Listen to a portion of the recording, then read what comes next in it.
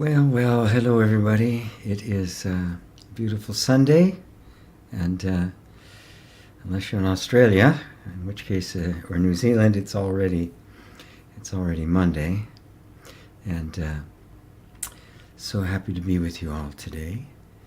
And I thought of this early this morning. This idea of your divine nature and who you really are. And what is our nature, right? I mean, the nature of something, right, is its actual characteristics. Like, the nature of sugar is sweetness. You can't separate the two, right? Sugar is sweet. You take that away and you don't have sugar anymore, right? You can decaffeinate coffee, but you can't de-sweet the sugar. You take the scent away from a flower, or you don't really have it anymore. You can modify the genetics and get all that sort of thing, but you really don't have the same thing anymore. And so what is your nature? I mean, that's the spiritual question that we're always engaged in here. What is your actual nature? That's the spiritual question. That's the spiritual quest. And knowing your true nature it's really the human quest. I mean, obviously it's a spiritual quest, but it's also the quest that gave rise to all of the sciences. I mean, science is simply the Greek word for knowledge. That's all it is, right? The knowing of something. Conscience is the knowledge of what's right and wrong. Omniscience is all-knowing. Nescience is not knowing, or ignorance. We want to know our true nature. And even to say true nature is redundant. I mean, your nature is your nature. So what are you? What is this nature that is essentially and manifestly me? The other word I use to try to point to something deeper is the word divine. Now that's a loaded word, obviously, because in the Western culture that refers to some religious idea, that divinity is this distant God being up in the heavens, very far away from us, physically distant from us, but morally, I mean, the gulf is unbridgeable. You simply can't reach it. The gap is so wide. But the divinity I'm talking about is the actual nature of us, of all of us, despite our rather less than divine seeming behaviors, is in its essence pure, good, always seeking out love. It can be a very distorted sense of love, but it's always seeking out whatever it believes love to be. We see ourselves very differently. We see ourselves through a very limited focus, through very narrow viewpoint, very myopically.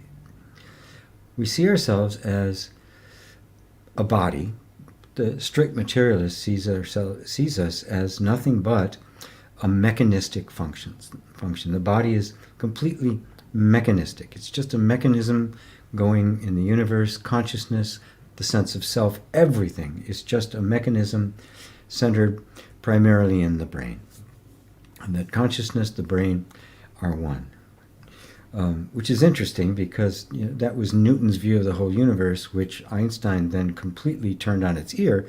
So that's no longer regarded, the universe is no longer regarded as this mechanistic clock, but things haven't really, but not everything is caught up to where we actually are.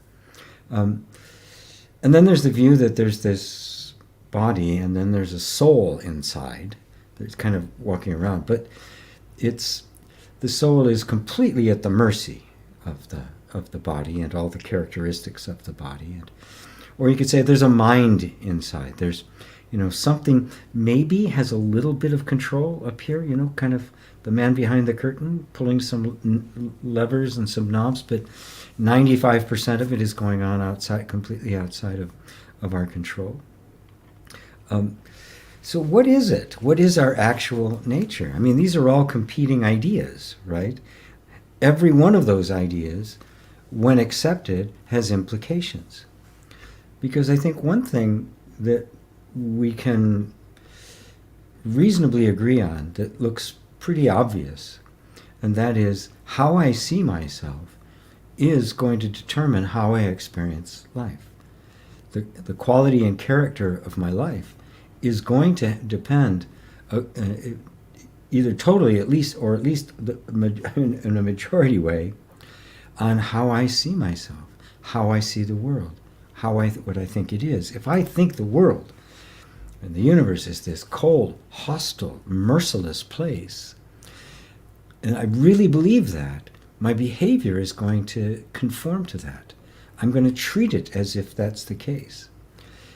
It doesn't matter whether it's true or not. My experience will be as if it is true. And so this sense of self that we entertain, based on these ideas of what our actual nature is, mechanistic, or a soul in a body, or a mind in a body, are not insignificant. They really do determine the quality of your life. So this is more than just a theological or a philosophical investigation. Actually, philosophical is a good word, because philos means love and Sophia means wisdom. So philosophy is simply the love of wisdom. So in fact, it is philosophical in the original meaning of that word. We're looking for our true nature. And if that is our true nature, if my true nature is I'm just nothing but this body, and this is it, it's purely mechanistic and I have to deal with it, well, then I'll deal with it, right? Then that's it. If the world is absolutely hostile, then that's what I have to deal with, and I will make the best of that. But what if it isn't? What if it's all the way I'm perceiving it? Because a lot of people don't see it that way.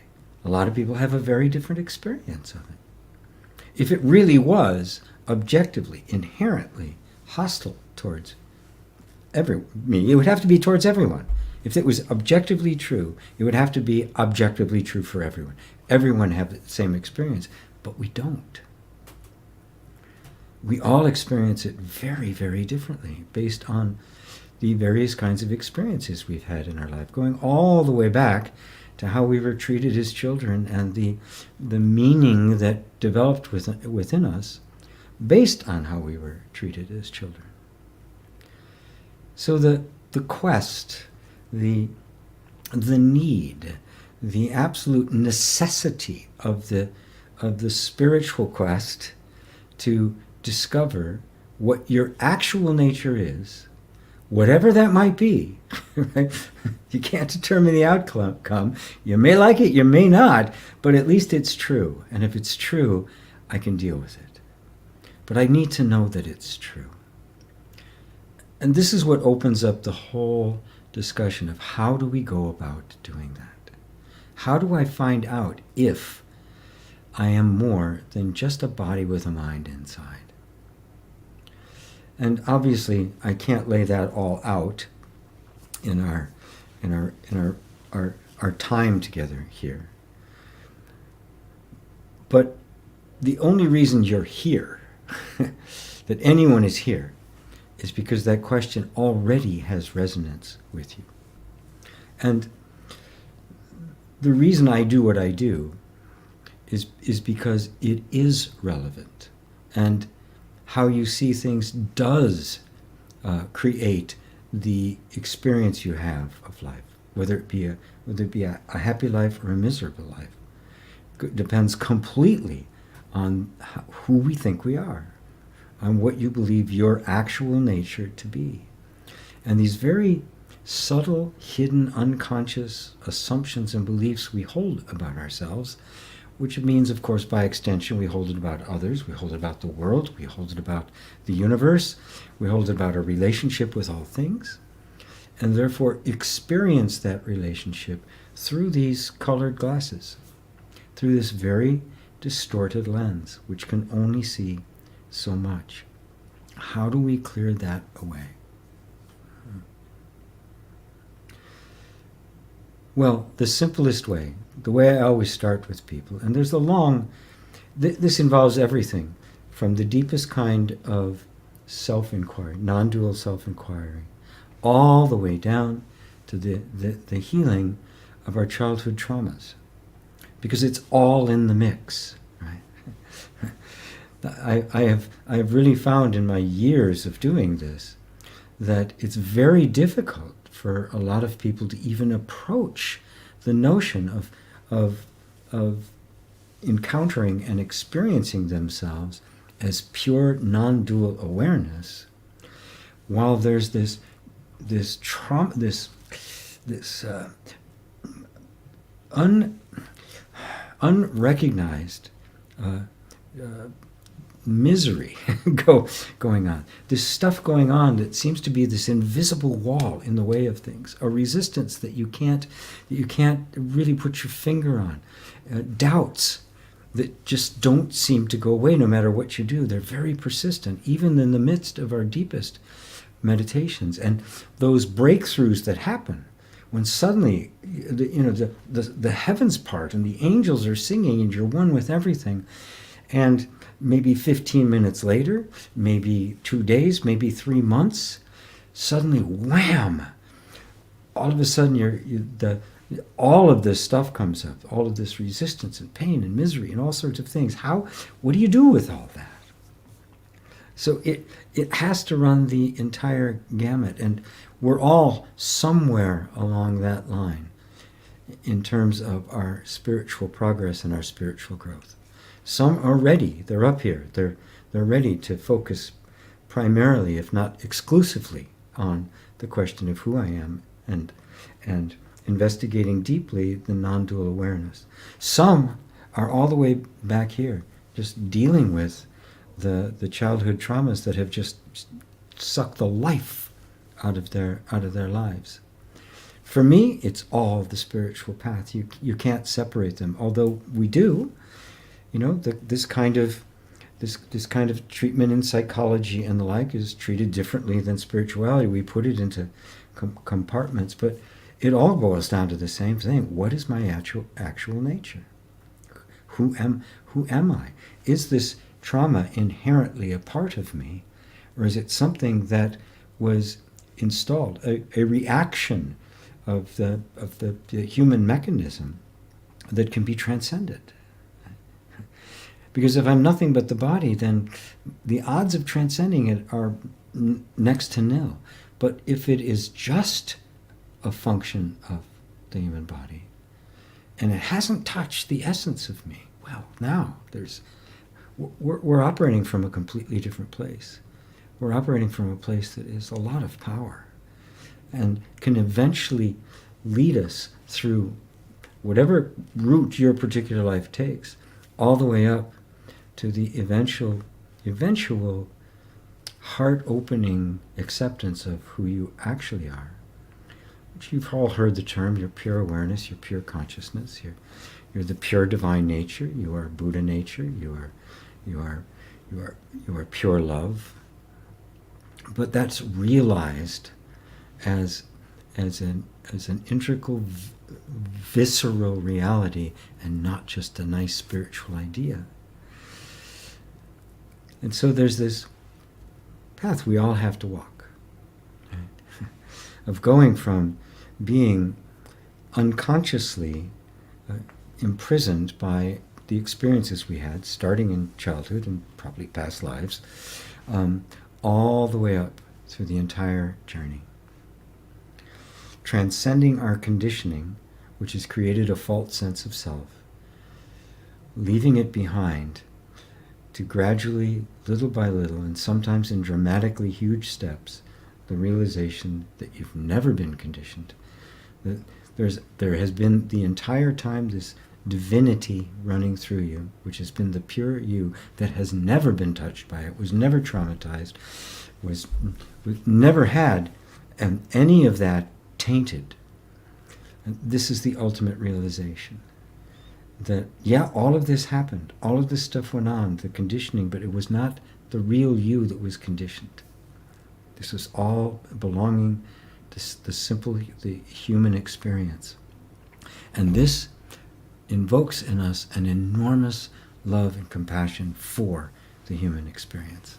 Not a denial of it, not a pushing it away, not a trying to transcend it, not it's like it's not important. It's very important. It's the vehicle through which we experience everything. It's a freeing of the human through the realization of the divine. The two of them come together.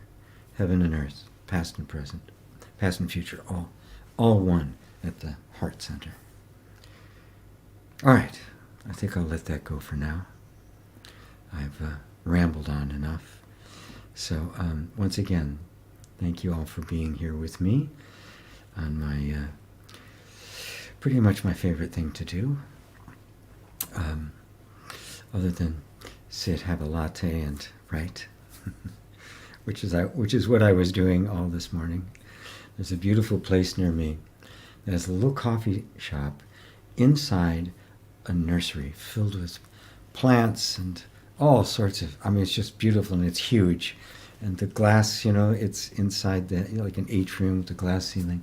And I will sit there for hours and write and create courses and ebooks and a book that I'm writing and the new class that we're launching tomorrow.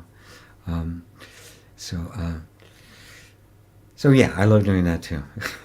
But I love just sitting here with all of you, having tea, which I finished. Right? This was the leftover from my latte in the nursery today. And so now I'm ready to be with all of you and answer any questions you might have about absolutely anything. And I will do my best to connect into that divine nature and do a transmission. But first I've got to get into my funny voice. I'm going to channel something or other. I don't know. Yeah. Anyway, enough of that. Hello everybody. Roberto in Madrid. Roberto has a question down there, and also Rosario in Madrid.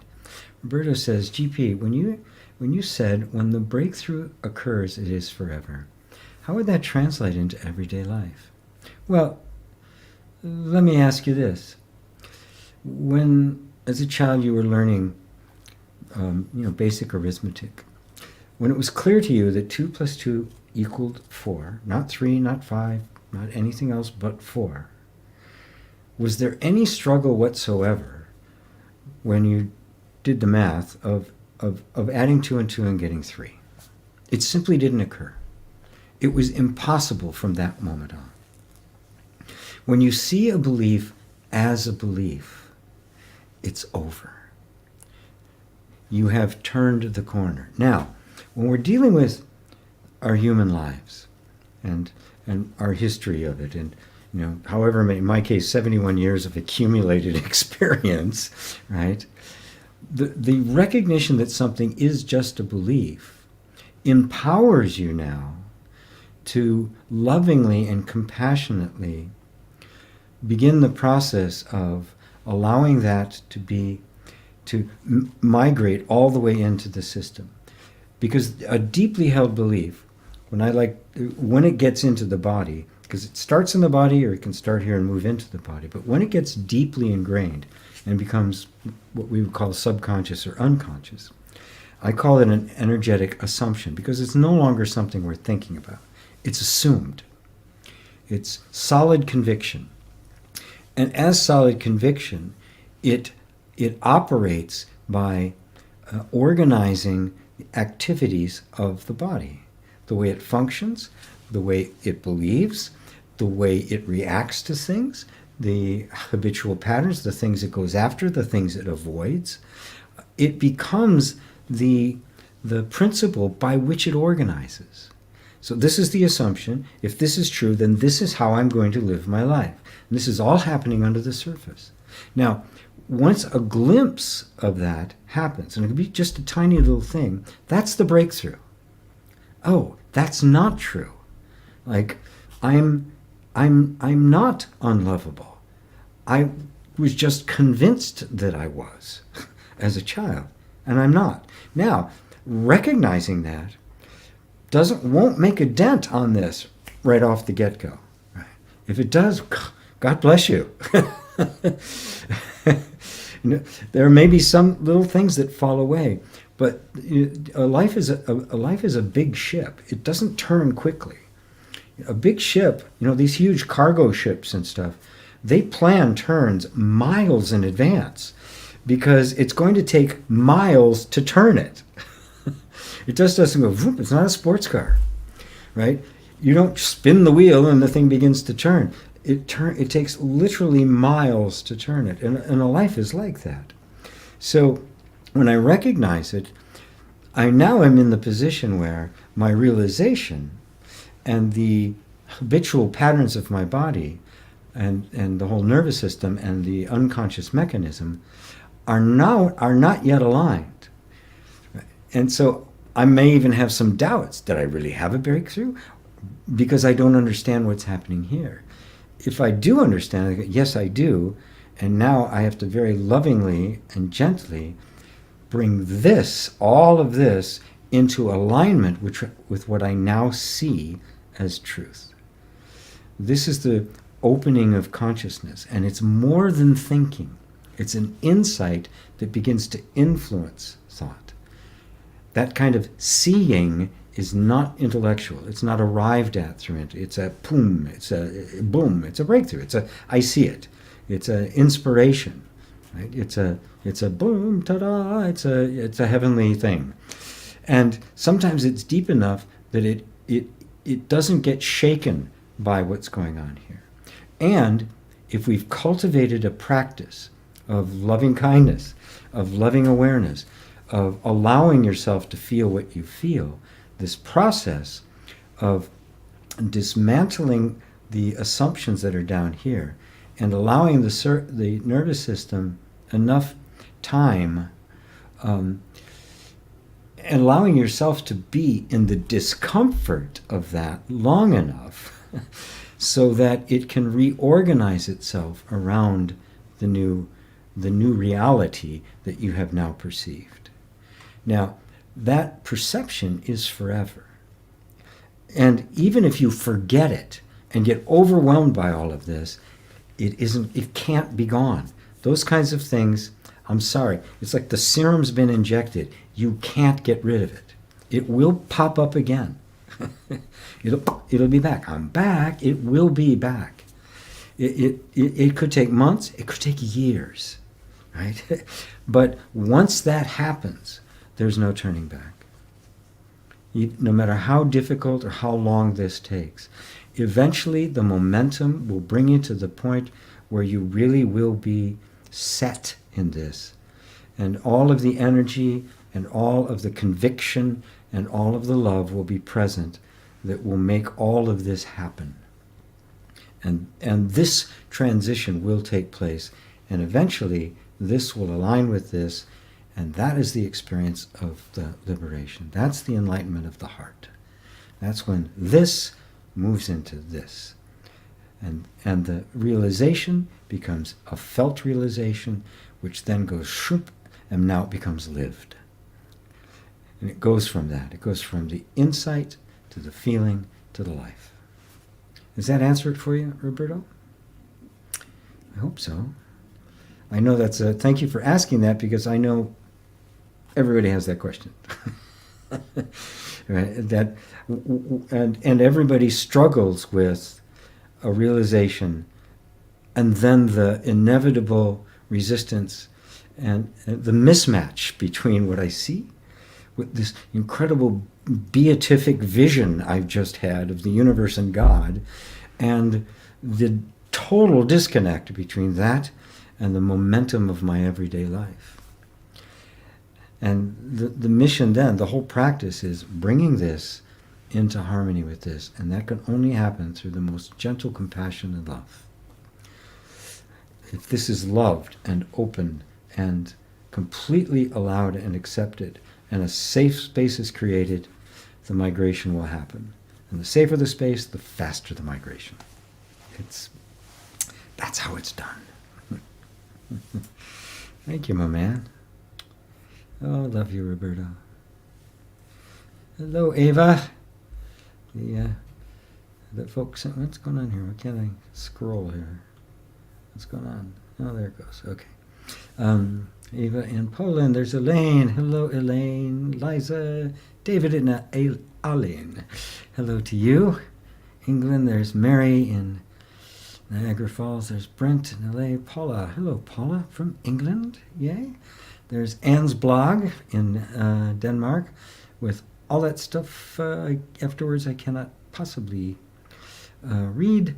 Then there's Dorothy, also in Denmark. Marcel, good to see you, my man. Then Kakwenda in Uganda. Lovely, lovely, wonderful. Carl in Ireland. Ive G. Hi there, Ive. Loving your introduction, says Mary. Thank you. Thank you very much. Barbara, greetings from Sweden. Hand pink waving, you got this. Sometimes it just shows up in words and I don't get the emoji. There's Peter in Italy. Yeah, Italy. There's John Lucas in Portland. John in Portland. Weren't you in like Ireland or Scotland before? Portland, you're only a couple hours away from me. Beautiful. You're in Brazil. Gee, wonderful. Oh, I love Brazil. Haven't been there in years, but was there a couple of times. Was in Niterói, right near Rio. Wonderful. I was there for a New Year's Eve. Oh, God, was that fun. That was so much fun. There's Lisa. We are releasing a new course together tomorrow, a 30-day transformation course. Unrecognized misery. Now that hits home. And there's Lisa in Canada, a little north of Toronto. Mary has a question about what I read from Nisargadatta. Oh, lovely. I love that. In his book titled Experience of Nothingness, he says in his book that he was fed up with the very consciousness out of which the world is created, and he wants to get rid of this consciousness. Was all of his writings based on his own being fed up? Or was it really something that was actually true for all? I hope you know what I'm asking here. Well, I hope I do too, but I think I do. We'll find out shortly, won't we? Remember, all the teachers teach within the context. They teach within their own, with their particular language and their particular experience and where they came from. Remember, this was a very simple man, right? This is a guy, lived in the slums, hard life, not educated, right? And obviously very intelligent, and that intelligence got put to use later. So when he uses the word consciousness, he's not using it in the same way that most non-dual teachers do today, like Mooji or even Papaji, and even myself, when I talk about consciousness. We're talking about, even the Buddha. Buddha referred to consciousness as something other. He used mind in the way we would use consciousness. They're kind of flipped. So when he used consciousness, he was referring to that consciousness of I am the body, right? Which is something he would put it in terms that I got to just throw it out. I got to get rid of this. And it's a legitimate way of looking at it. Yeah, we want to dispose, be free of, get rid of everything that isn't true. That's a way of doing it. And that's the way he taught it. And that's the way he expected his students to do it. I take a much more gentle approach to it, right? And it was just he was character. He was just a character. The guy was just a character, and just profound. And the insight, I mean, I told you, it took me almost 2 years to get through I Am That the first time I read it, because it was just one mind-blowing thing after another, to hear it so succinctly laid down. And his own character was such that when his guru told him what to do, he was absolutely dogged and one-pointed. He didn't think about anything else. He wasn't interested in anything else.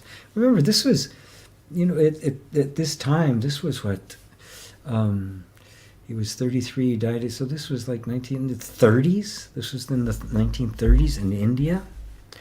Right? So nobody was talking about conditioning and psychology and trauma and any of that kind of stuff. None of that was on people's minds. Or it was just, you do life. Life's hard. Suck it up. Right? So there was none of this other stuff that was being involved. Life was very different. It wasn't as hard either. It wasn't as distracted. There wasn't so much stuff beating down on you. When he was done with his work day, he didn't have a million things distracting him. Right? He had his family, but then there was time when it was all his. So we have to see through the language, right, and how he used consciousness. So he's simply referring to that collection of false beliefs about the self that do need to be seen through and therefore let go of. Now you could say disposed of. Now, our modern day way of approaching that, we would hear that and we would find ourselves in an argument with that's a belief. I got to get rid of it, right? And we would take a very different kind of approach to it. It wouldn't be as cut and dry as it is for him. It would be more conflicting, and we'd end up conflicted with ourselves. We'd end up turning that on ourselves. So instead I say, see the belief as a belief. Once it's seen as a belief, you can now turn towards the parts of you that have been living out that belief with loving compassion, so that now the vision of what is true that exposed the belief as a belief can move in and dissolve that belief or assumption from the rest of you. And this is just an approach that I think is relevant now, right? That probably wouldn't have been relative then, right? 50 years prior to his passing. I don't think anybody would have understood what it was saying. None of this stuff was explored or even known at the time. All of it was all. Some of it wasn't even in its infancy yet. Remember the whole idea of PTSD and trauma wasn't recognized as a thing. I think it wasn't until like 1980 that PTSD was actually recognized as an official thing, rather than just something they were talking about. And that was only in combat veterans. It was into the 80s before they recognized that the experience in children, especially abused children, but in most, was the same as what was being experienced in combat veterans. And that's when the thing began to expand, and the deeper understanding of this relationship began to be understood. So this is all very recent. PTSD wasn't defined until after Nisargadatta had already died. Would he have picked it up? Had he come to that in a different time? Well, he would have picked up the language and concepts and ideas at the time, and place. Remember, he was born and he lived his entire life in the slums of Mumbai. It was even called Bombay at the time because it still had the name that the English gave it. And he was of the working class. He didn't have any special didn't have any special place. It was just one step above the outcasts, right? The untouchables, which still exist now. And that, so you have to understand and not get confused, right? That he's not putting forth an ideology. He's not putting forth any kind of philosophy or theology that you have to adhere to. He's pointing to something very specific, and that is, you are not the body. You are this infinite consciousness and always have been. And everything you're experiencing is happening in front of this pure awareness. And with this, what is happening within this little bubble of consciousness. Steve Jordan uses that term too. So you can think of the entire world and the universe as this little bubble of consciousness, and all of it's contained in there. And there's this pure infinite awareness in which this little bubble bubbles up and then pops, and away it goes. And there's millions of these, billions, trillions of these going on. And that's how he saw it. So for him, consciousness was simply this universe and its content and everything in it, and none of it had anything to do with him. He saw it from this, he was completely identified with this other place that was simply watching it. But he also said other places that this doesn't dismiss it, right? That it actually enhances the human life. He didn't dismiss it. And he always referred to the place he was looking at from as love. So you have to kind of get the big picture of where he was coming from. And those who were in his presence, while they felt the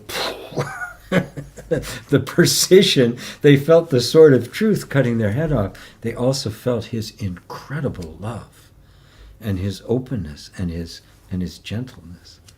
And that he could just he could be just as sharp as an axe, but just as gentle as a mother. Does that answer it for you, Mary? I'm sure you'll let me know. Barbara said, "The dark night of the soul?" ? What are you referring to there, Barbara? I'm not quite sure. The divine nature, divine, just not. Yeah, please clarify that for me. Thank you. Hi, Ida. Good to see you. Carl Lucy, IGP. Regardless of how many people become aware of their true nature, do you think that the nature of planet Earth will always be dark and light?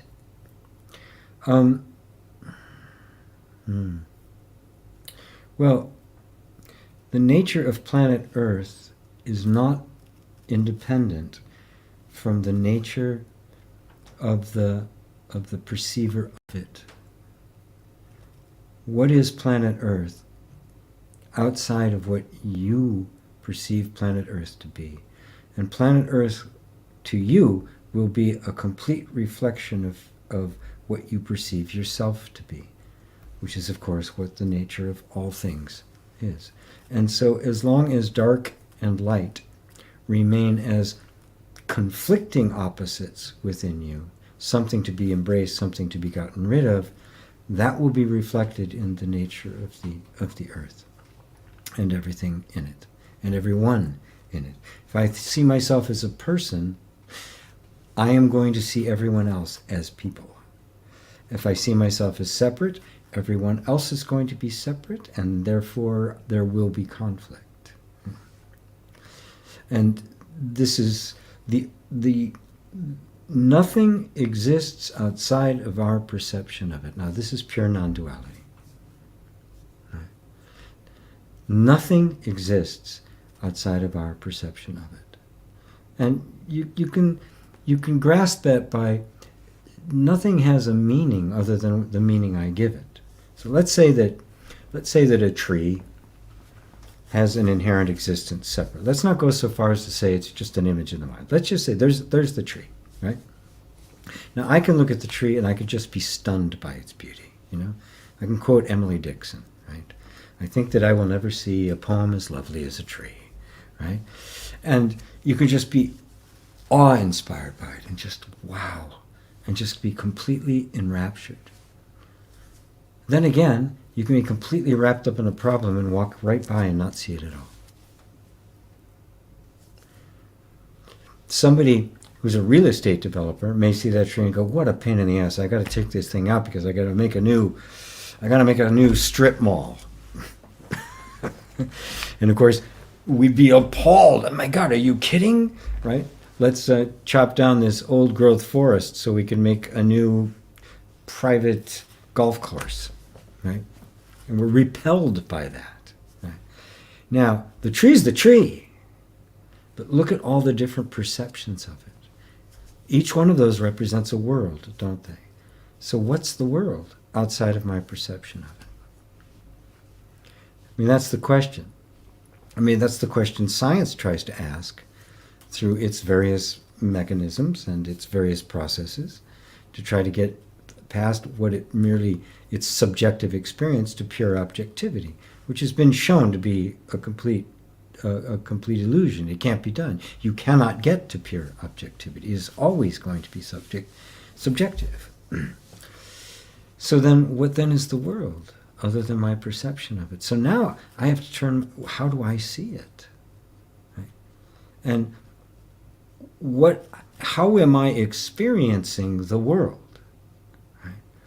And projecting on what may be out there, when in fact is only my perception, the meaning I give it, the fear I have of it, which is all here. This is why it's an internal, it's an inside job. How do I see the world?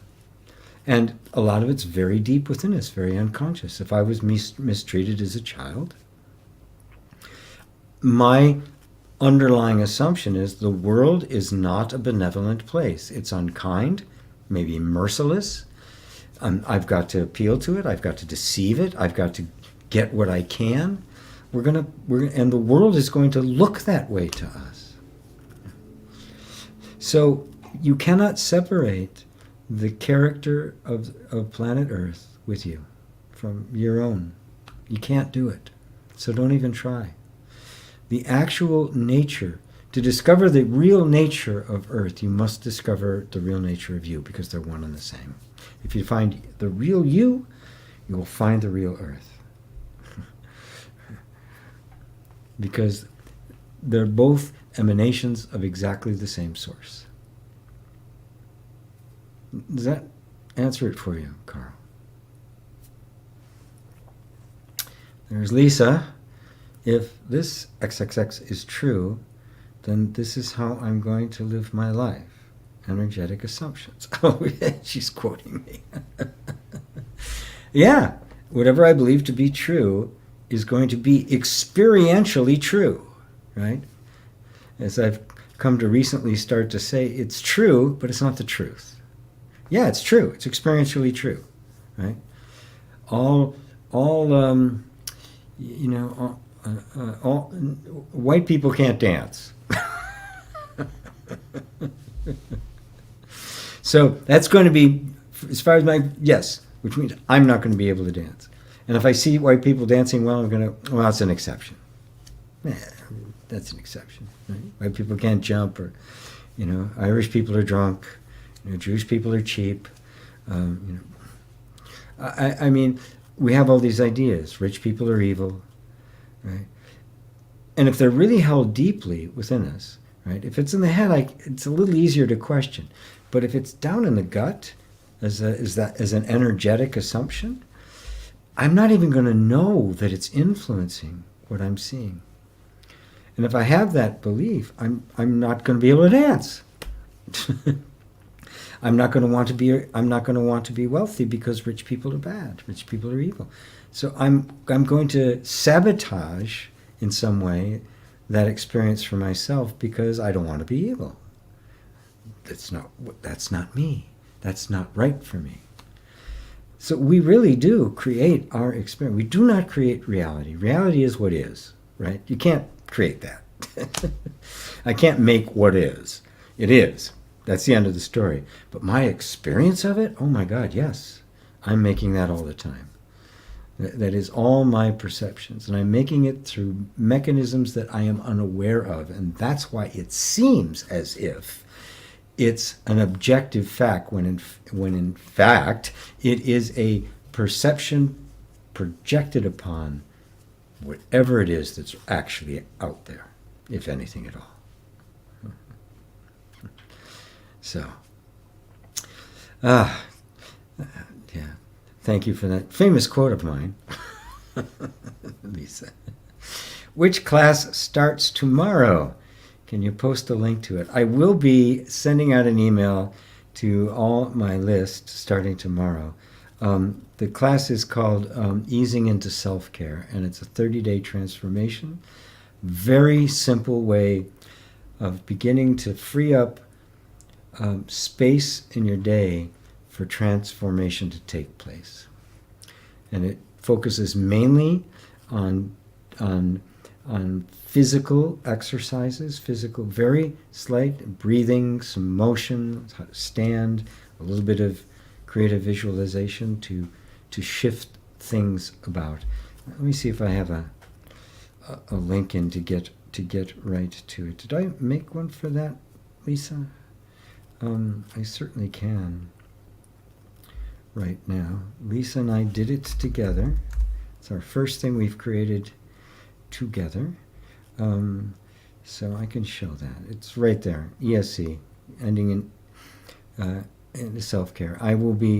It's a follow-up to the Mastering Me Time that Lisa did.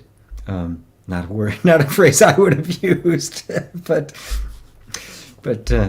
she's the feminine energy of Om School, and she's the Shakti, I'm the Shiva, and so there's is still available too. That's now in replay available, but this new class it's $97, 2 payments of $50, even 3 payments of $35. We've made it as affordable as we possibly can, but it's launching tomorrow.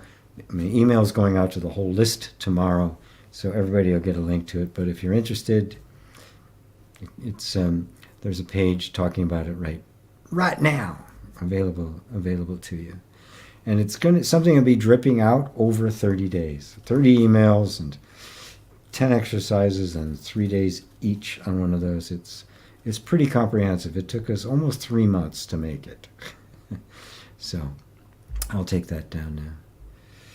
And wasn't expecting to do a plug, but here we are. Thanks, Marcel. Dante, I feel humans are hugely unqualified for steering such a ship. Well, the truth is we are, but we've been trained into ways of thinking and believing about ourselves that have made us totally incompetent. We came, batteries included. I mean, if you look at the experience of human beings prior to the development of our more sophisticated and stratified culture, which came with agriculture, which also gave rise to the idea of hierarchy, of status, of property and ownership, of different levels. All of that came with the advent of settling and agriculture. Prior to that, as hunter-gatherers, we very much were able to guide that ship because our point of reference was nature. Our nature and the nature of the planet were one. We didn't see ourselves as superior, as dominating it. We harmonized with it, so we were in the flow of the Tao, and that worked. But consciousness was going to expand. It was going to go beyond that to a deeper nature, a transcendent nature. But so it had to go through this very difficult period that we're going through right now, and happily we're coming to the end of it. We're coming to the end of that period, as all of the temporary and destructive things that came out of that are falling away, although it's not a pleasant process by which they're falling away. And we're discovering a whole new level of the aspect of the human being that is able to do that. Right? I mean, it is. We learned how to steer big ships. We can learn how to do this. We can do it, right? The current methods by which we're trying to do it are totally inadequate, and yet we're trying to hold on to them. You know, there's a lot of invested in it. There's a lot of power and ego and status, and mostly power and greed invested in pushing to make it stay the way it is, and it isn't working. It isn't working at all. It's not working for anybody. Even those that think it's working for them, it isn't working for them because it's destroying everything in its path. But we are qualified to do it. The destiny of human beings is way bigger, right? We don't want to define human beings by this relatively brief period of time where the very worst of us, the very worst of the egoic identity, is running the show. That's not all there is to us. As you can see, for every horrific act we see out there, there's one of extraordinary kindness and compassion. Even the very fact that all of us here are kind and compassionate says something. Yeah, we're not powerful, right? We can't make things happen. We don't have a platform that can influence governments and worlds and systems. But there's a kindness here that will. That is the future of humanity. So, I haven't written us off quite yet. The systems we've created, you're absolutely right, they're completely unqualified. They can't do the job. But there is in the human being a divinity, as I said in the beginning. And the nature of that divinity is love, which manifests itself in kindness, empathy, and compassion. So, thanks, Dante. You too have a lovely Sunday. Hello, Elaine. Elaine in England, I think she said it was, yeah. Hello, Jennifer. Tabby, how to release a fear that my children will die in front of me? How to stop worrying about what will happen to my daughters if I die? What is your view on life insurance? Well, I think we need to be really practical about things like that because it's possible. You could, It could happen tomorrow. It could happen to me. It could happen to anybody. You have to, we have to be practical about that. But a recurring fear that becomes like something influencing your everyday life, that your children are going to die, or you're going to die and not be able to take care of they're going to be indolent or something without you. That's not coming. That fear is not coming from the possibility, the real possibility that your children could die or that you could die. It's not coming from there. That fear has simply attached itself to something that actually is a real possibility, but a very remote possibility, right? So remote as to be nothing that anyone should even bother considering, right? Because that's how small, insignificant it is. But when it becomes significant, it means something else has projected itself on that and is using that as a reason, as a justification for this other fear. So the first thing to do is go, this fear has nothing to do with that. When you do that, you can begin to turn the attention towards the feeling of fear itself and address it directly as the actual sensation in your body. Now, I have to point out that this is not really easy to do. I recommend that you do it with someone. That's why I've lowered my prices. the way I have, as has Lisa, so that somebody can be there with you, because this is something you learn how to do. It's a practice. Because we're so habituated to wanting to grab onto, this is the reason. And if I can fix this, right, then this fear will disappear. So if I can guarantee that my children will never die or I'll never die, then, yeah, it's okay. Or I get life insurance and then they're okay if I do. But they could still die. What do I do? Right? There's nothing you can possibly do that will eradicate it. The fear will always be able to hook into something. And if you were able to eradicate it, that fear will just go, this, and it'll grab that. Right? Yeah, the fear that I could become incapacitated, or I'll get dementia, or it doesn't matter. Because the fear is not about that, it's grabbing onto that. So what is it really about? There's only one way to find out, and that's to turn towards the fear and break the habit of trying to find in your external world some explanation for it or some cause. There isn't a cause there. It's not out there. It's here. And the cause of it is prior to the fear. Something was there that generated that fear. And of course, I can say with certainty that that fear came from some early childhood experience that was terrifying, that you couldn't do anything about. You couldn't run, you couldn't fight, and it got frozen there. Boom. And it's still there. And because it has not been properly discharged from the system, it pops up and grabs onto things. It's still getting your attention, right? And it will continue to get your attention. If it's not this, it'll be something else. If it isn't the fear about this, it'll affect your relationships. It'll affect your finances. It'll affect your body. It'll affect your health. These things are a powerful energy that must be discharged. That's the nature of healing the trauma. And it has to be discharged from the body. You cannot think your way out of this.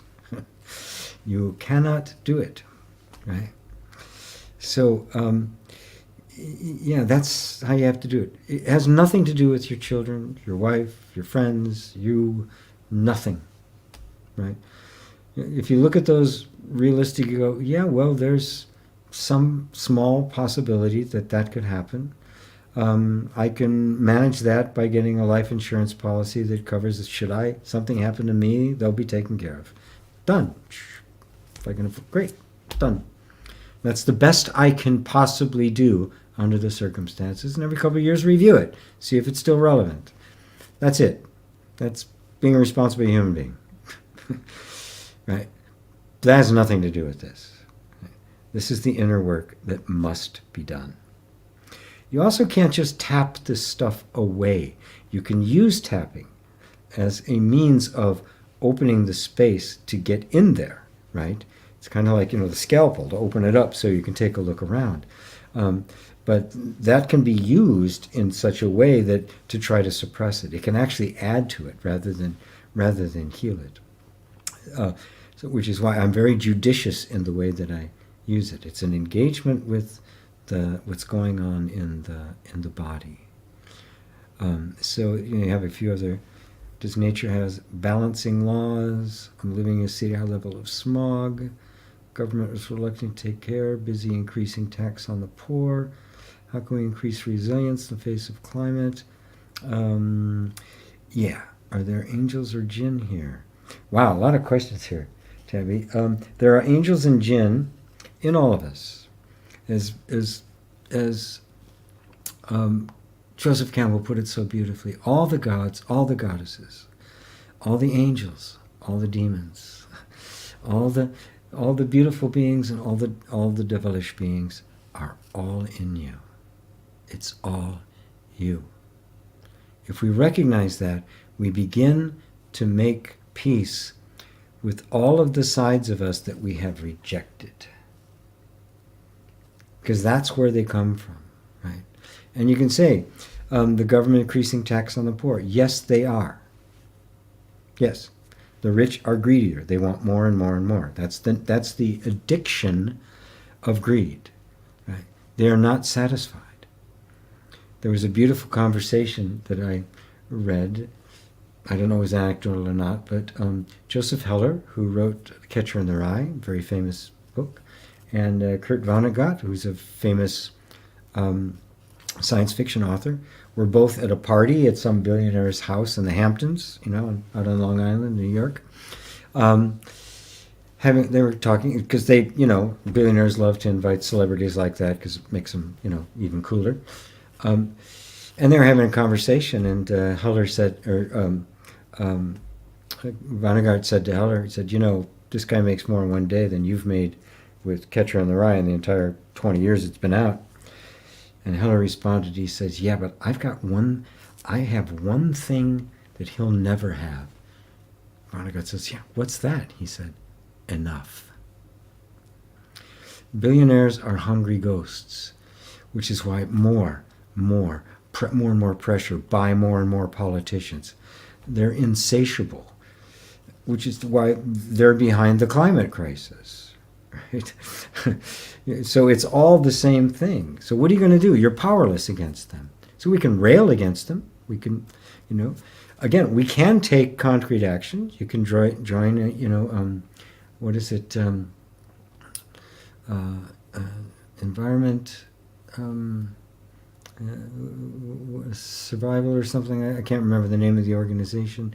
There's plenty of organizations that are doing protests. Do that, right? But realize there's only so much you can do. I mean, it's useful, of course, like the life insurance, Extinction Rebellion. That's what it's called. So it's there, and yes, nature does have balancing laws, and sometimes the way it balances makes it unsustainable for life. That's the problem with the climate change. Nature will balance it out eventually. But it may end up being so severe when it comes to a new equilibrium, or the process of getting to a new equilibrium, that life can't be sustained, at least human life, right? So you're looking at all these things, but remember, you're looking at all these things from the point of view of a wounded person who's now projected all sorts of stuff on your fear on that.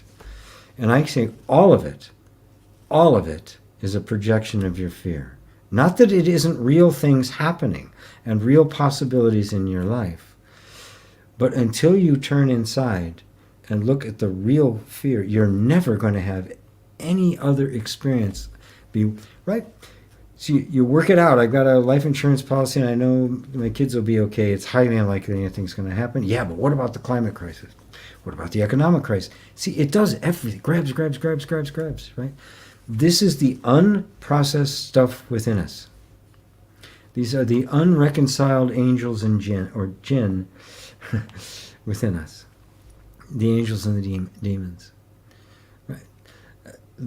There's no other way. I don't know how I can say this more. There's no other way. This stuff must be resolved. You can't transcend it. You can't make an end run around it. You can't do a non-dual transcendent. It doesn't exist and explain it away. None of that works. It has to be a direct, loving engagement with the reality of your human life and everything that it contains. And then you'll come to terms with the rest of it. You'll be freed from the fear of it, and now you will be empowered to actually meet it intelligently and creatively. And not think that I've got to get rid of these rich people in order, these billionaires who are wrecking everything in order to be safe. Right? That's a delusion. I think it was Alexander Solzhenitsyn in his book The Gulag Archipelago, which won him a Nobel Prize, deservedly.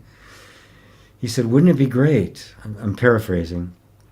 If it was just evil people, then we could find them, we could isolate them, we could destroy them, and everything would be great. But the problem is, this good and evil runs through every one of us, and who's willing to destroy a part of us, ourselves? It's in all of us. We all have it. We all have greed. What is greed? But the idea that somehow happiness or well-being exists outside of myself and I have to get it. When you look at the billionaire class, it's all outside. I've got to get more. There's no introspection whatsoever. Right? We do the same thing, right? The Black Friday sales. I got to get it, right? Any time I think that my life is going to be better because of external conditions, I have entertained the greed. This is the greed Buddha was referring to. Anytime I think my inner world depends on anything external, that's greed. That's what he meant. Very simple. Not the extreme stuff that we look at, that we're seeing. Much more down to earth, in which case, oh my God, it runs through all of us. We all have a hungry ghost. It's not just those guys, the Illuminati or something. Oh, we're that simple. I think I got all your questions there at once, Tabby. Mary says, the thing about Nisargadatta is that there's a knowing in me that knows what he says is true, but I understand that it feels like it takes away from the joys of life too. Yeah, it doesn't, right? I guess it's because he refers to how all is really not important, at least from what else is said in the book. Yes, he's pointing to he's pointing to the absolute, right? But he never negates the human. And this is really important about him. But in the way he taught, he never taught processes about engaging with the human, right? I do. I say, yes, this is the Nisargadatta is the inward Vedantic path. Now you do the Tantric path, the outward, engaging, embracing the human, right? This is the other side of it. He only taught this way. His book was the last one he wrote before he died. He seemed to be rather restless as he was done. He was so done. Remember, he was also very, very sick. I mean, if you see pictures of him for the end, he already looks dead. I mean, he looks like. I mean, it was only a matter. It was just it was a formality. I mean, he was done with this body, right? And he could barely get through the satsangs that he was doing without just having to rest for several hours. So this was the last book, and these are just it wasn't he wrote it. He didn't even write it. It's just the last things that he was saying. And I've read all of those, and he was strictly Vedantic, right? He never talked at all about the other, except that the nature of all of this was love. Remember what he said, to know that you are nothing is wisdom. To know that you are everything is love. Between these two, my life flows. Don't forget that. Don't forget that. Right? He embodied it, but he didn't teach it. Let's see. Barbara, don't remember. Maybe something you said to Roberto. Yeah, the dark night of the soul, right? That's made a big deal of these days. Like it's like this tragic event that takes place. It happens all the time, right? Whenever I find this conflict, I find myself in conflict with what I know, and it becomes a struggle, right? That's the cross. It's the crucifixion. It's the struggle with the ego. It's the struggle in Gethsemane, and it's not something that's a one and done. It's not something that's this momentous event. It is a moment by moment, like the Judgment Day they talk about in the Bible. It's not an event in time. It's every moment. It's every single moment. So, Mary says again, can we step completely out of experience and only abide in reality? No. Experience is included in reality. How can you do that? Reality and experience are one. You step out of the belief that experience and reality are two different things. Then you're out of it. That's That's the way. We don't want to think of reality as separate from experience. That's like saying the projector is separate from the movie. Right? It is only in the sense that it's the source and the experience is the manifestation. But the source is never not manifesting. So the two are one. Because the nature of the source is to manifest. And that nature of manifestation, that's love. That's the Shakti energy, right? That is what gives rise to all experience, is this love of the self for itself. And so no, we don't ever step out of experience. We step out of the notion that experience is something other than the reality. Now you're free. You're free to be human. Not free from the human. You're free from believing yourself to be anything other than divine, which frees you to be human, fully. Elaine. Hi, GP. I understand that I have energetic assumptions in my body to fear other people. When I'm alone, I meditate and do tapping. But when I'm out in the world, it's still scary. I get discouraged because it seems like I will be doing these practices for a long time before I can feel safe in the world. I would recommend the new course we're doing for you, because it's going to give you body practices that will help kind of shift energy. The other thing is, what I would do with you if I was working with you one-on-one is I would have you envision yourself in those circumstances where you get scared, and make them as real as you possibly could, and then just kind of be with them. But before you tap on them, you would simply be with the fear and really be feeling the fear in the body, and let it be there. And not just, oh, there's fear. Okay, but what does the fear actually feel like? The moment we put a word on something, I go, oh, that's fear, right? The moment I go, oh, that's fear, it's like we put it in a box. And now the mind's got a definition of it, and we stop exploring it. The fact of the matter is, a word is only a representation. And if we're stuck with the word, we're only going to see that it's like a picture. It's like we're watching a video rather than experiencing the thing. If we take that away and just go, okay, what's the actual experience? I'm suddenly going to see all this nuance and the like. I may feel vulnerable.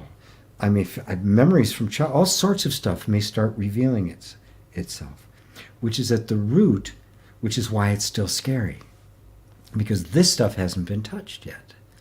So I would start there. Then I would tap, but I wouldn't tap, okay, I'm trying to get rid of this fear. I would tap, go, oh, no, I'm trying to create a space in which the depth of what is causing this fear can come to the surface and be loved into health.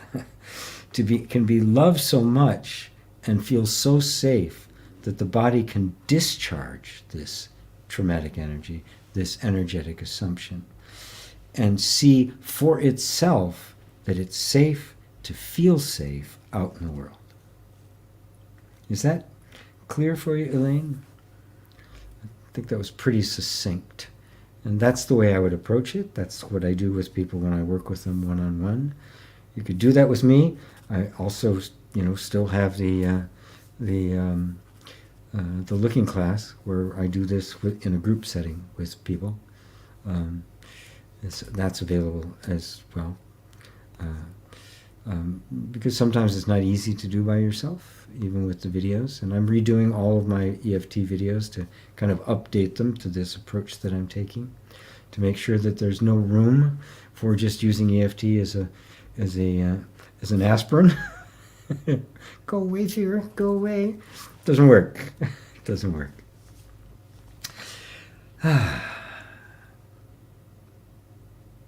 There's something else here for you. Wait a second. Yeah. We want to embrace the process of healing and not just the end result. We want the end result. Absolutely. I want to be free of this. I want to be able to walk through the world with confidence. I want to stand with dignity. It's one of the exercises we have in the easing into self-care. I want to feel the equal to all. I want to engage with others as a peer. Yeah, of course. We want that. But if that's all we think about, then there'll be no love, there'll be no joy, there'll be no excitement of discovery in the process by which that happens. So we want to love the process.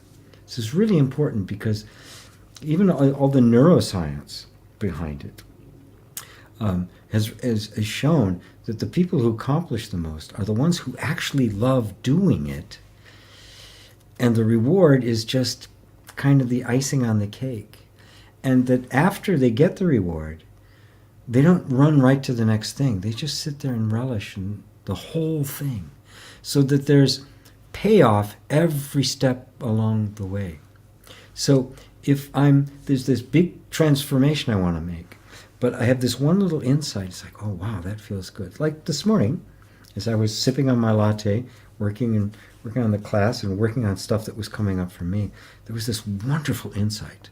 And I threw a bunch of whole new things at Lisa. Poor Lisa. She has to suffer me as I'm throwing in, here, this class now. And I was just the moment was just so great. Is the whole thing now transformed? Is the big picture now completely transformed? I don't know. Maybe that was the last card for the whole thing to come down. But the moment, ecstatic. It's like, wow, just wow. Oh, how wonderful. Now, I'm going to milk that for everything it's worth.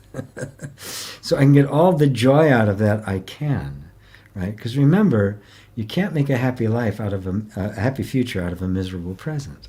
So this moment is what matters. I have to love what I'm doing. People say, I want to be a writer. I said, well, would you like to write? And sometimes, no, they want an identity. Okay, but what do you actually like to do that you'll do whether you have the identity or not? That's the discovery to make, right? I wanted to be a musician, but I loved music. I loved doing it. As a matter of fact, it became difficult when the pressure of having to be a musician and make a living at it became more than my love of the music. It became this conflict. It was like this internal battle until I couldn't do the music profession. I couldn't do it anymore. Right? It just lost. It took years to get back to be able to and now it's just, I do it with meditation. They're all very simple. They're not complex. I have some complex compositions that I've done. But it's just, when I do it, it's because I really want to do it. That's kind of a nice little melody. And I don't feel the pressure to develop it into a 15-minute symphony. Just, it's a nice little melody, a little chord thing, or I'll hear a chord pattern. Oh, that's kind of nice. I could do this with it. And I think that'll work for, kind of a background pad for a meditation. And that brings me enough joy for the music for now. Who knows? Maybe I'll write another huge, 20-minute work like I used to do. But for right now, that gives me the joy, and finding the sounds for it. And, I've got different speakers here that I can listen to it on. To what's it going to sound like in earbuds? What it sounds like in headphones? What does it sound like on, on the thing here you use with TVs? What monitors? So what it's going to sound like to human beings out there. And that's all. I like the process. That process, I still enjoy, right? But I can tell you, I lost that, right? Because it got so end loaded. So we all have to fall in love with the process of healing, and every single step, every little insight, every little struggle, right? That finally resolves, right? That struggle, when you go to a friend or you go to a coach, and suddenly, Just that one little moment of release, even at it, and then we'll check. Is it done? Of course. Okay, but you're engaged. This is how it happens. This is how people get to the point where they can run a marathon. Right? This is how they can do something large. This is really how it works on every facet of life, not just healing. I mean, hopefully that was meaningful to folks.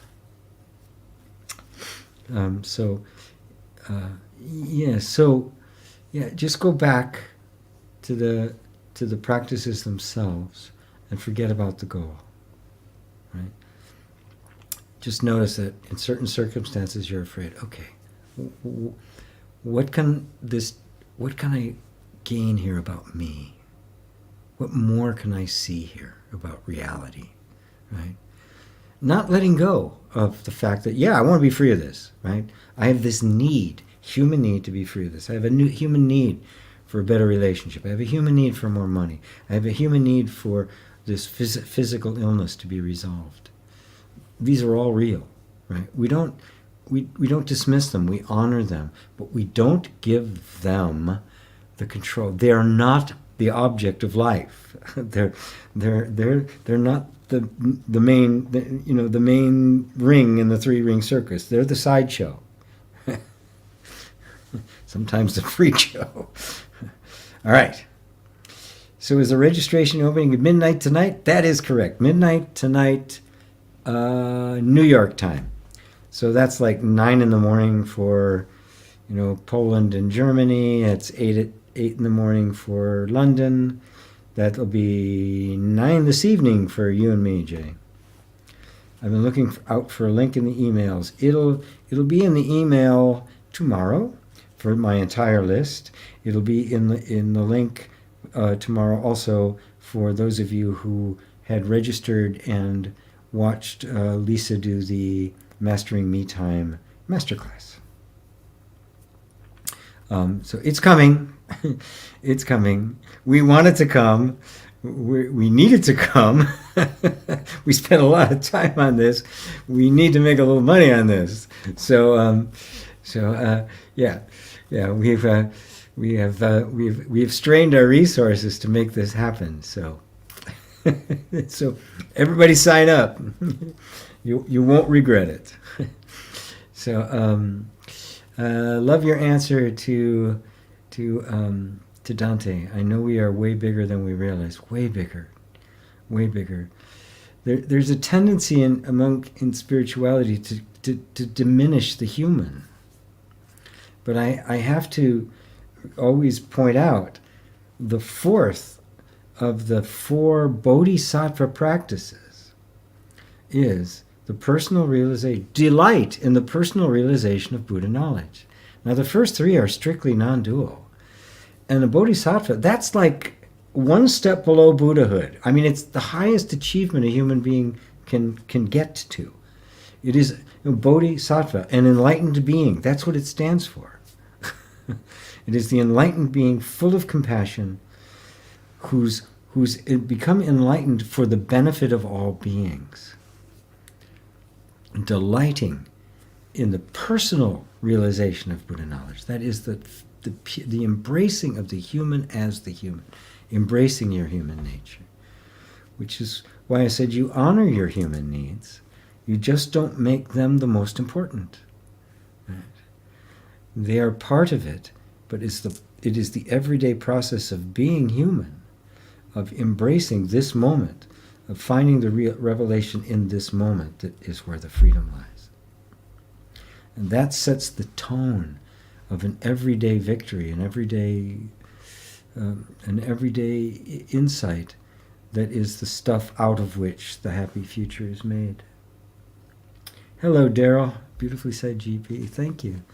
Good evening from freezing Sweden. Hello, Merck. Good to see you. Jay says, I look at a human birth as a rare opportunity. Oh my God, it is. So I'm grateful for this birth with all of its difficult things. With all of its difficult things. Yes. Tabby, Can I get a consultation? I'm from a developing country. Exchange rate is quite high. Some deep strings. I have tears. Beautiful. Thank you, dear Andrews, to Tabby. Everybody loves you, Tabby. You're an angel in human disguise. Shh, don't tell anybody. So are you, Tabby. Thank you for... Oh, wonderful. If you send an email to support@omschool.co. Let me see if I've got it here. Or actually, you could send it to Lisa. Here, send it here to Lusa. To Lisa at Omska. To Lisa at Omschool. She and I can tell us what country you're in and what currency it is, so I can look at the exchange rate, because I've reduced my rates down to a sliding scale. But because I know some of the exchange rates are really horrible. Let us see what we can do. We try to not turn anybody away, but we operate on a shoestring at Omschool. We're hoping we don't have to do that forever. So send an email there to Lisa, and we will try to do whatever we can to make it work for you. You got that? It's going away. Good. Back to comments. Okay. Let's see where we are. Yeah, we are all angels in human form. I mean, our true identity is our divine nature, which has never actually been lost. That's the beauty. It's never been lost. Barbara, can you explain more about what you said regarding EFT, trauma, the body, and being careful? I'd love to. As a matter of fact, I am probably within the next, hopefully by the first of the year, I'm going to be releasing a whole new set of videos and a whole new course on EFT and trauma. It has been pretty much, I've studied trauma for the last 20 years. I went through some training with EFT and trauma.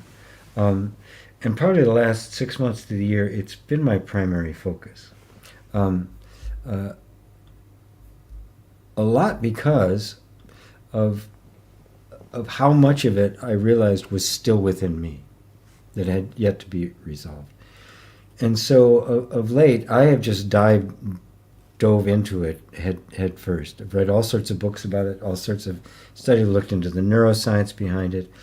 I've seen the limitations that EFT has, and mostly how most EFT practitioners approach it, and what's missing from it, what it can do and what it cannot do in terms of the trauma. But first has to understand what trauma actually is. And it's more than we think it is. And it's not stress, and it's not so, I've been traumatized by something. No, it's a very real thing, but it's automatic. It's not something you think about. The body does it automatically. And I'm going to be doing some teaching on it, and even teaching teaching coaches on how to include this in their coaching practice. Because there's a lot to it, and there's various levels of it that I've recognized. There's a lot of levels, but I've narrowed it down to 3, 2 of which you have to really pay attention to. The other one takes care of itself. That's the beautiful one. That's the one that already knows everything. The one that if it weren't there, none of this would be possible. And so let me just say here now that in order for EFT to have an effect on trauma, is it must be used solely for creating an inner environment of safety. If there's any intention to fix or change or in any way affect any kind of alteration to the nervous system, it will be detected as a threat and rejected out of hand and will not work. Period. A trauma is not that kind of a thing. It is way deeper in the nervous system. It is the kind of thing out of which energetic assumptions arise. I mean, it's way the hell in there. And it is something that happens automatically. You don't have any control over it. And so if EFT is used as a tool along with inner reconciling, creating a space of allowing, where there's no intention whatsoever, none, not even an intention to heal. You're only there to make a safe space. Like you're comforting a little child or a rescue dog, right? You only want it to be happy. You only are there to be a presence to make it less afraid. And you want it to be less afraid, but you're not going to try to force it. You're not going to question anything it does. You're not going to doubt it. You're not going to second guess any of it. You're not going to have any intention or agenda. You're just present. You're like, the rescuer, putting down some food for the dog and then walking away and just standing there and watching, right? And just letting them discover it for themselves. If you use EFT like that, because my experience has been, it generates a message of safety to the body through touch, bypassing the mind and its checklists. Oh no, I'm not safe. Because if you just say you're safe, the mind says, no, I'm not. Look at all these circumstances. But this doesn't get through the editors. It gets through the editors. It doesn't get rejected by the Board of Censorship. It just goes right in. That's why just a little bit of it, and suddenly you'll feel a slight sense of relaxation. Now, if that's done really intelligently with the right kind of words and most importantly, the disposition of open compassion and presence, there you have a chance. You have created the space in which a trauma can be released. Now you can get to the bigger work, which is what you need to do to let that actually happen. Because a lot of weird stuff can happen. All sorts of things can happen that may not be very pleasant, that can come up. All sorts of what's called somatic releasing. There's a lot of that by Bessel van der Kolk, his book, The Body Keeps the Score, Waking the Tiger by Peter Levine, several books by Gabor Mate. There's some others as well that have really explored this in depth, that I rely heavily on for this. But there's this whole process there, focusing also by Eugene Gendlin. There's a lot there to let this happen because the body has to do it. All you can do is make the space and be ready for anything because the body has to do it. And that's why it takes more than most know how to do, and why it's taken me 20 years really to get the hang of it at this level. And those of you who have experienced the Looking class or any sessions with me over the last several months have seen a dramatic shift in the way I'm doing it. And it's because now I feel comfortable in doing it. I feel as if now I'm able to do that competently. So I hope that's enough for you right now, Barbara, because it's just too much for me to try to explain, because I don't want to just explain things because I can break them down and make them very simple, but then people say, oh, I understand it, and they go away. No, this is not something you take lightly. This is a really big transformational process in our lives, and we have to really give it, we have to honor it in a deep way. So, lovely. Mary, thank you for teaching other side, GP. I know that there is love and joy here too. Experience and reality go hand in hand. Yes, they really are one. They are two aspects of the the inscrutable, the ineffable, the unspeakable.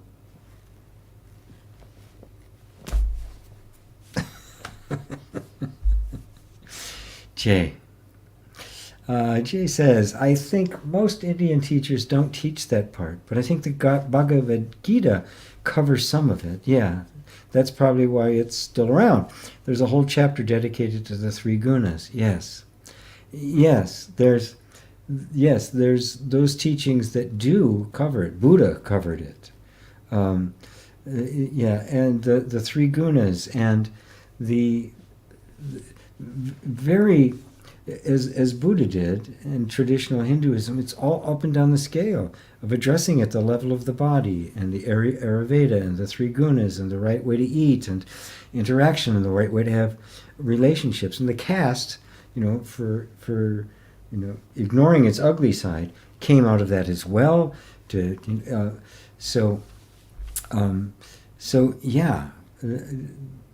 It's all around. It's there, and various piece parts have focused on various parts of it. Various traditions have focused on various parts of it. The Advaita Vedanta thread, really going back to Shankara, was Vedanta and nothing else, right?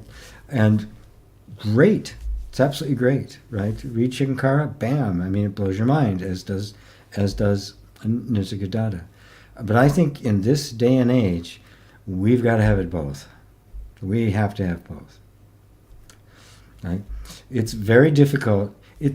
For me, personally, it is impossible to teach pure Vedanta to anyone in the West these days.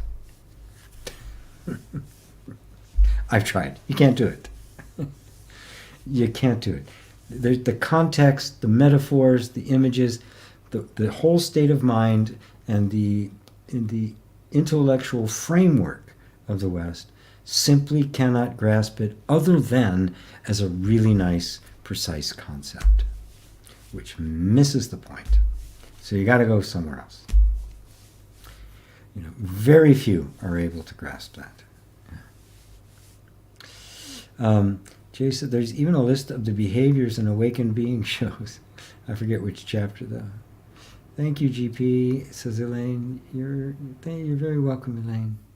GP, still, it's better hearing it from an awakened master. Imitating a movie star is totally different from being the movie star. It's true. It's true.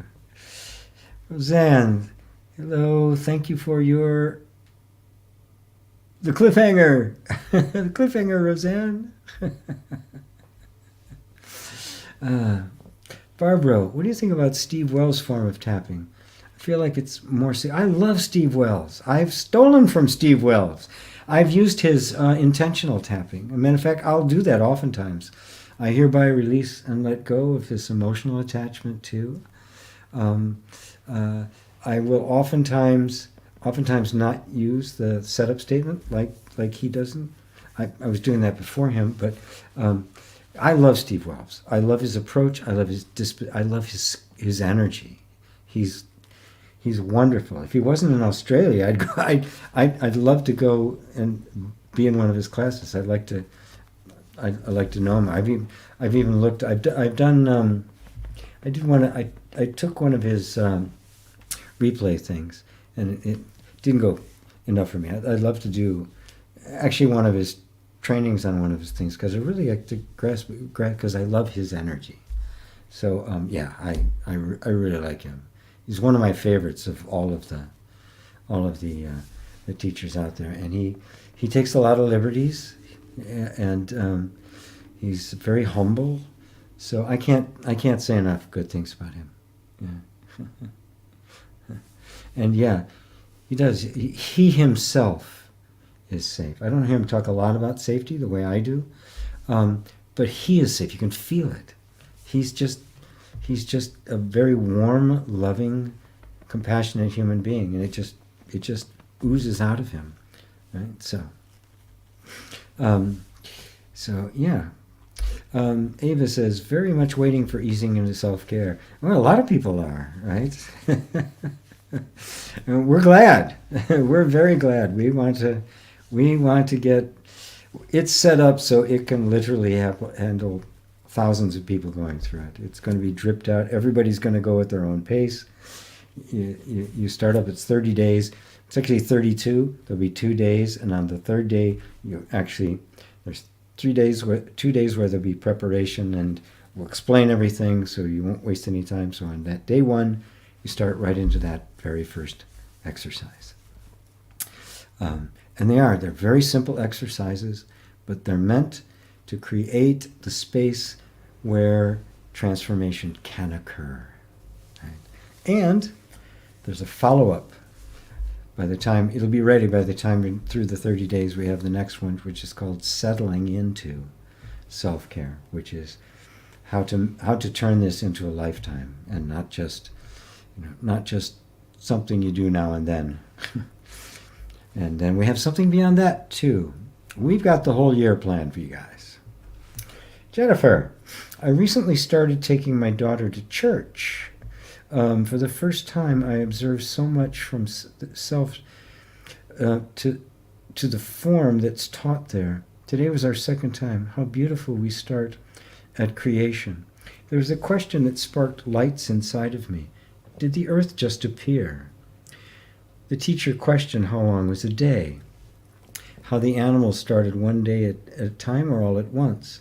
I kept quiet, and though this is birth, the Big Bang equals conception, I observed something you've said, like the earth just appears to us, whole, in God's form. So much to observe within this space. I've observed feelings of bringing my young, formidable child into this way of belief as God as other, observing a lot. Well, wow, I don't know what... Well, if they're asking those kind of questions, it's probably something like Center for Spiritual Living or Unity, maybe the Universalist churches, which are the New Thought thing. They're more aligned with that. This isn't Baptist for sure. And it's lovely. I used to go to the Unity Church when I lived in Miami, and I enjoyed it. I actually did a workshop there once, gave a little talk there once too, and sold my books in their bookstore. So there was another place around there. I think I did another talk or two in a workshop at the Center for Spiritual Living, which used to be the Science of Mind in Las Vegas. They're very open to this kind of thing, and but you'll find that you're already way beyond that theology. But it's wonderful. It's wonderful for the kids because it's alive. There's kids there. It's vital. Kids need that kind of thing. It's social, right? There's stuff going on. So there's that part of church that we can get very isolated from. I even know a fellow that he started a group called the Sunday Gathering or something, and it's basically a Sunday service for atheists because they like the gathering. Let's get together. We were talking about having me speak there because he knows me, but the others, didn't think I was atheist enough. He knew me. He knew what I was about. He wanted me to speak there, but the others were concerned I wasn't atheist enough. That I wasn't materialistic in my science enough. But yeah, you can understand there's a need. A lot of times spirituality, especially non-dual spirituality, will try to ignore our human need for community, to partner up, to have family and connection and the like, and we do. Somebody asked Nisargadatta once. He says, "Why are we male and female?" And he said, "For your enjoyment." What else? So I mean, it's why there are this yin and the yang, the pairs of opposites. It is for the interaction, because in the interaction is the manifestation of love. We experience love through the interaction with the imagined other. Without that, love is just the unknown principle. It's like music without a song. And so the interaction with other, be it the romantic partner, the life partner, the family, the children, the community, the church, the social groups, the causes you work for, the marches you walk in, all of those are how love manifests itself. So everything becomes then the reflection of the love, and so you see the divine nature in everything. You see the personal realization of Buddha nature in everything. Everything is that made manifest. And so now there's no separation. This is God made known. This is God loving herself and being utterly pleased with herself. God looking in the mirror and go, oh my God, I'm hot. And that what's in the mirrors is all of creation, is the infinite universe and infinite time. Although the source of it is timeless. This is the timeless appearing in the field of time. That's the way Joseph Campbell put it, and it's just perfect. It's beautiful. So, wow. Barbara, it's enough for now, and I agree. My experience is much on the same track. Looking forward to the new tapping course. I am too.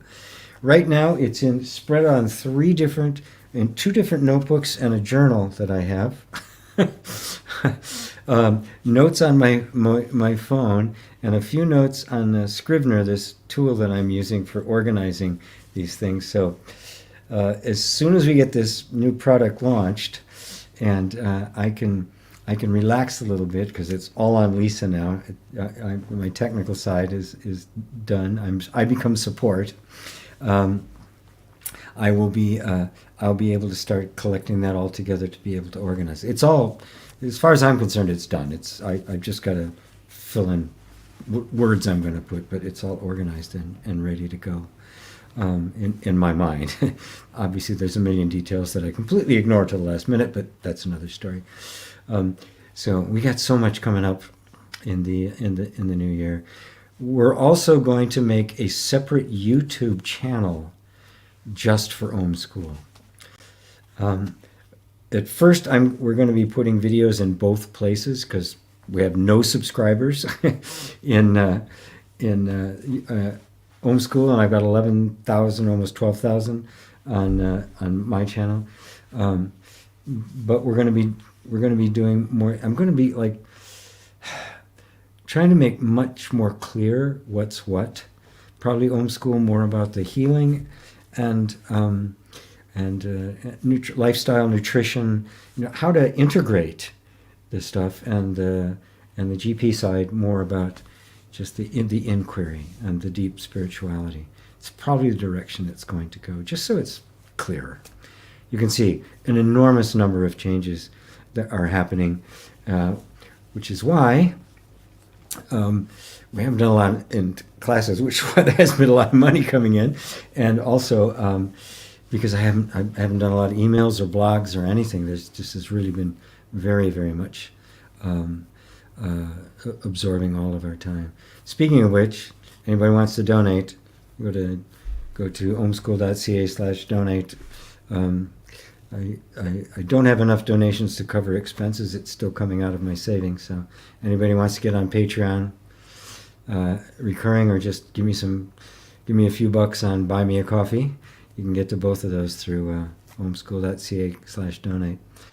Every penny helps at this point as we keep it afloat. So let's see here. Thank you, dear G, for today. Excellent satsang. Thank you for being here and what you're doing. Where would we be without you? Well, without me, there'd be somebody else. Believe me. Yeah. We always get what we need. I'm happy to be here, though. I'm very happy it's me. But at some point, this is going to pass away, as everything does. But that which is will never pass away. As Christ beautifully put it, the heaven and earth will pass away. This body will pass away, but my words will never pass away. Thank you so much, G. Thank you. You're welcome, Mary. Oh, thank you, Dave and Elaine. Yeah, thank you very much. Hari Om, Jay. Oh, love to you, Jennifer. Thank you. I really enjoyed this. Thank you, Paula. I think I've seen you here before, but relatively now. I've got a little bit of time before but I can close off if there are no more questions. If everybody is completely satisfied today, you've had a very good meal, and you can sit back now and enjoy some dessert. Very good. So, yeah, again, everybody, if you're not on my mailing list, just go to omschool.ca and get in. And then you'll be notified of all these things that are coming up, which I'm going to make sure all the emails work when I get done with this. So, so good to be with you all. Thank you for being here, and well, I'll see you in 2 weeks. Love you all.